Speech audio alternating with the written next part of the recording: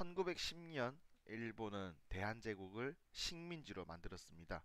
우리는 이 사건을 한일병합이라고 불렀습니다.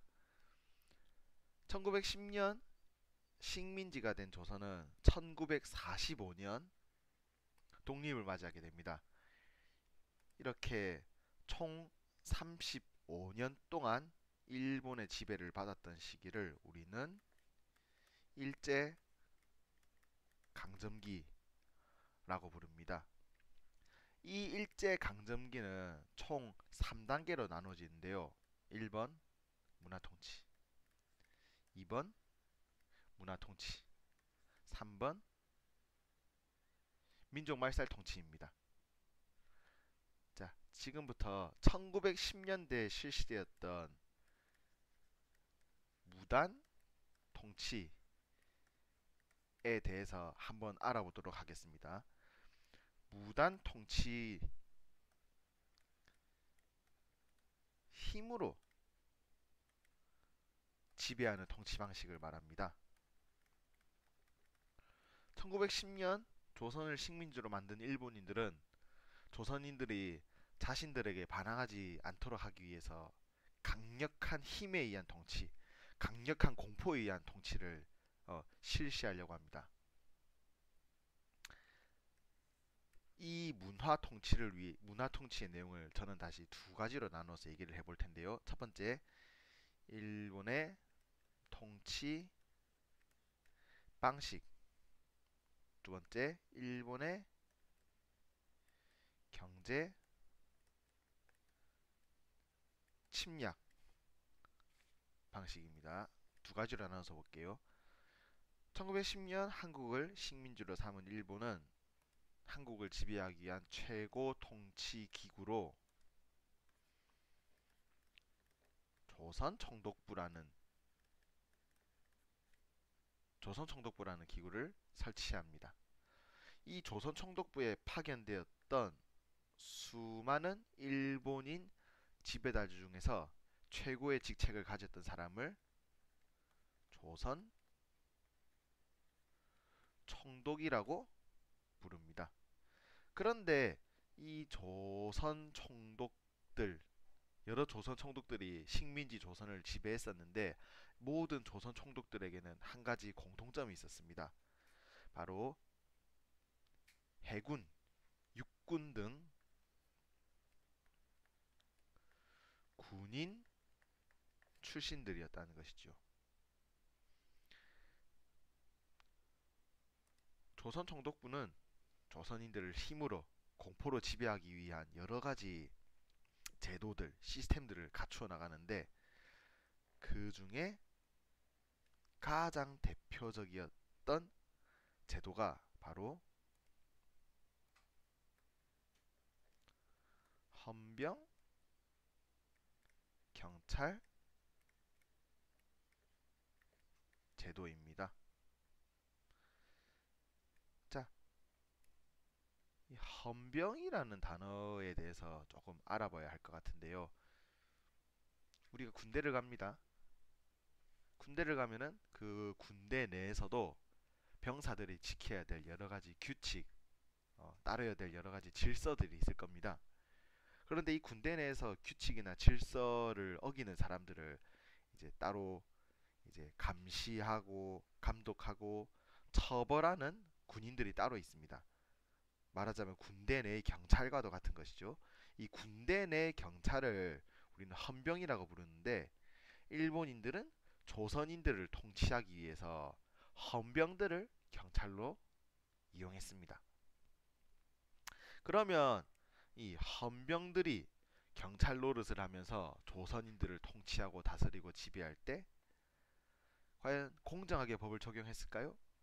전혀 그렇지 않다는 것이죠.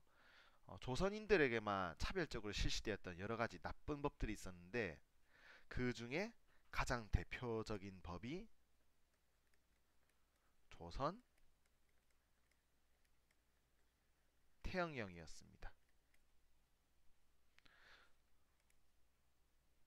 조선 태영령의 내용을 우리 학습지에 보면은 제가 이렇게 넣어놨는데요.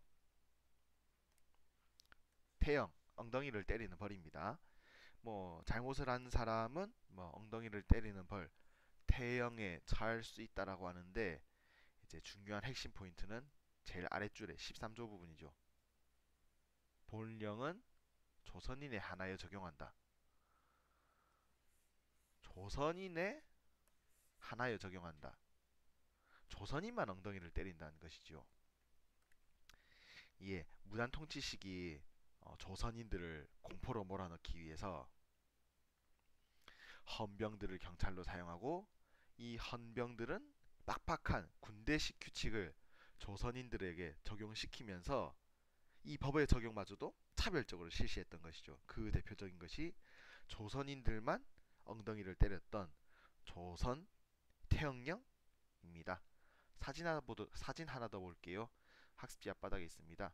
자, 일본이 1910년 조선을 한국을 식민지로 삼은 이후에 설치했던 최고 식민지 통치기관, 바로 조선 총독부입니다.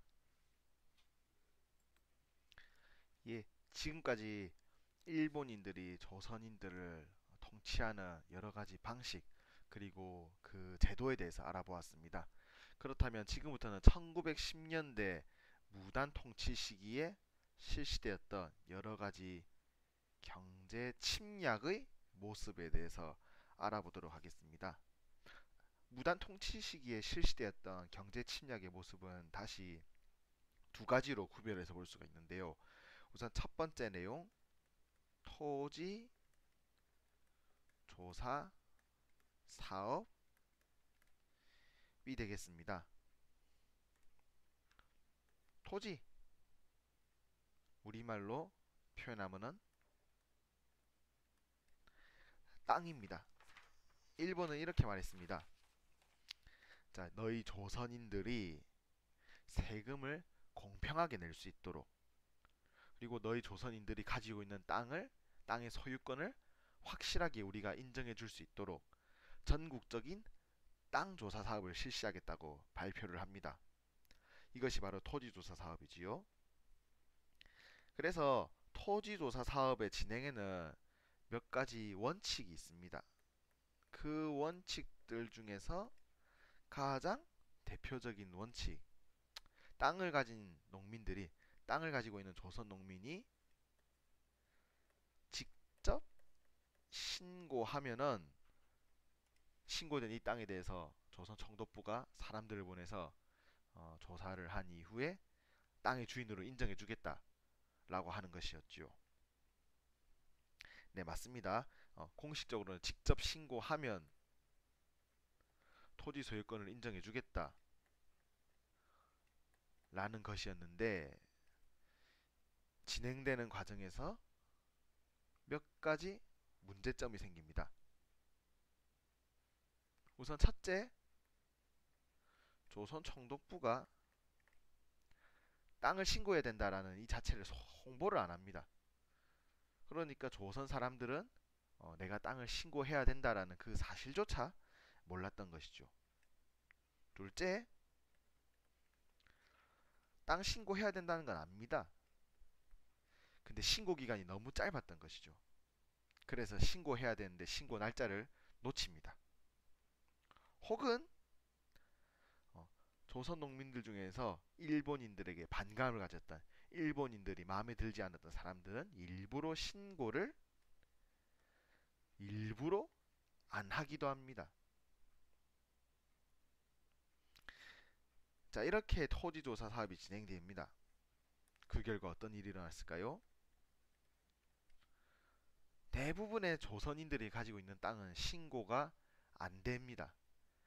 그리고 신고가 안 된 땅, 미신고 토지라고 하죠. 미신고 토지가 하루아침에 주인이 없는 땅으로 바뀌게 됩니다. 이 주인이 없는 땅을 조선 총독부가 가지고 가고, 조선 총독부는 이 땅들을 일본 농민에게 나눠주게 되는 것이죠. 분배. 하루아침에 수많은 조선인들이 자신의 땅을 뺏기게 됩니다. 자, 학습지 뒷바닥에 있는 역사 읽기 자료입니다. 토지조사령, 토지조사 사업이 실시된다라는 것을 밝히는 내용인데, 보시면은 토지 소유자는 토지조사국장에게 신고해야 된다. 하지만은 수많은 조선인들이 땅을 신고하지 못함으로써 그 땅들이 일본인들에게 빼앗기는 결과를 가지고 오게 되는 것입니다. 학습지 뒷면에 있는 그래프를 같이 살펴보도록 하겠습니다. 네, 그래프를 보시면 이제 1916년 이후 이제 땅을 가진 농민들에 대한 조사 내용이 담겨 있습니다. 여러분들이 보셔야 할 부분은 첫 번째, 빌린 토지에서 농사를 짓는 농민. 자기 땅이 없어서 남의 땅을 빌려서 농사 짓는 사람들을 말하는 것이죠. 우리는 이 사람들을 소작농이라고 부릅니다. 조금 전에 토지조사 사업의 결과 수많은 조선 사람들이 자신의 땅을 빼앗기게 되었다라는 얘기를 했었는데, 땅을 빼앗긴 농민들은 그럼 이제 어떻게 먹고 살았을까요? 굶어 죽을 순 없으니까 땅을 빌려서 농사 짓게 되는 것입니다. 그래프를 보시면은 1916년 36.8%였던 소작농의 비율이 42.2%, 52.7% 갈수록 그 숫자가 증가하고 있는 것을 볼 수가 있겠습니다. 토지조사 사업의 결과 점점 소작농의 비율이 증가하고 있다라는 결론을 우리는 낼 수가 있겠습니다. 자, 일본의 통치 방식, 경제 침략 부분을 보고 있는데요. 이제 하나 더 보겠습니다.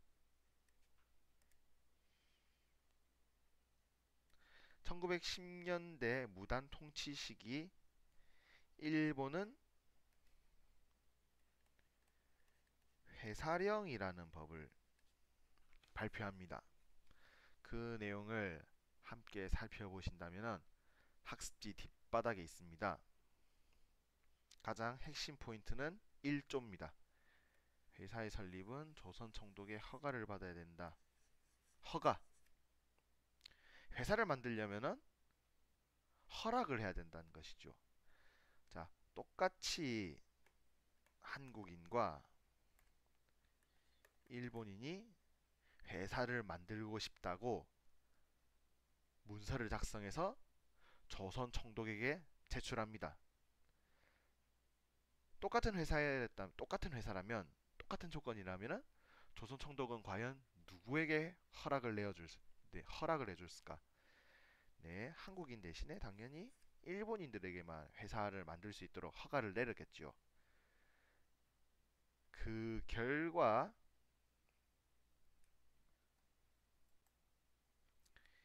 일본인들의 회사만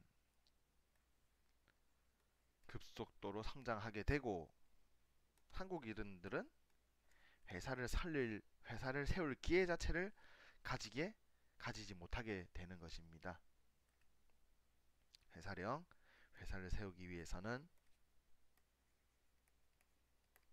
허가를 받아야 된다. 우리는 이것을 허가제라고도 부르죠. 그 결과 일본인의 회사는 크게 성장하고 한국인의 회사는 설립될 기회 자체를 가지지 못했다라는 결론이 나오게 됩니다. 예, 지금까지 1910년대 무단 통치 시기의 모습을 배웠습니다.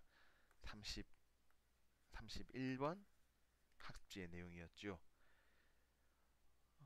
이렇게 첫 강의를 마치었습니다. 그리고 이제부터 32번, 34번 계속 쭈쭈쭈 이어서 40번까지 해보도록 하겠습니다. 자, 다들 시험 준비 잘 하시고 32번 강좌에서 보도록 하겠습니다.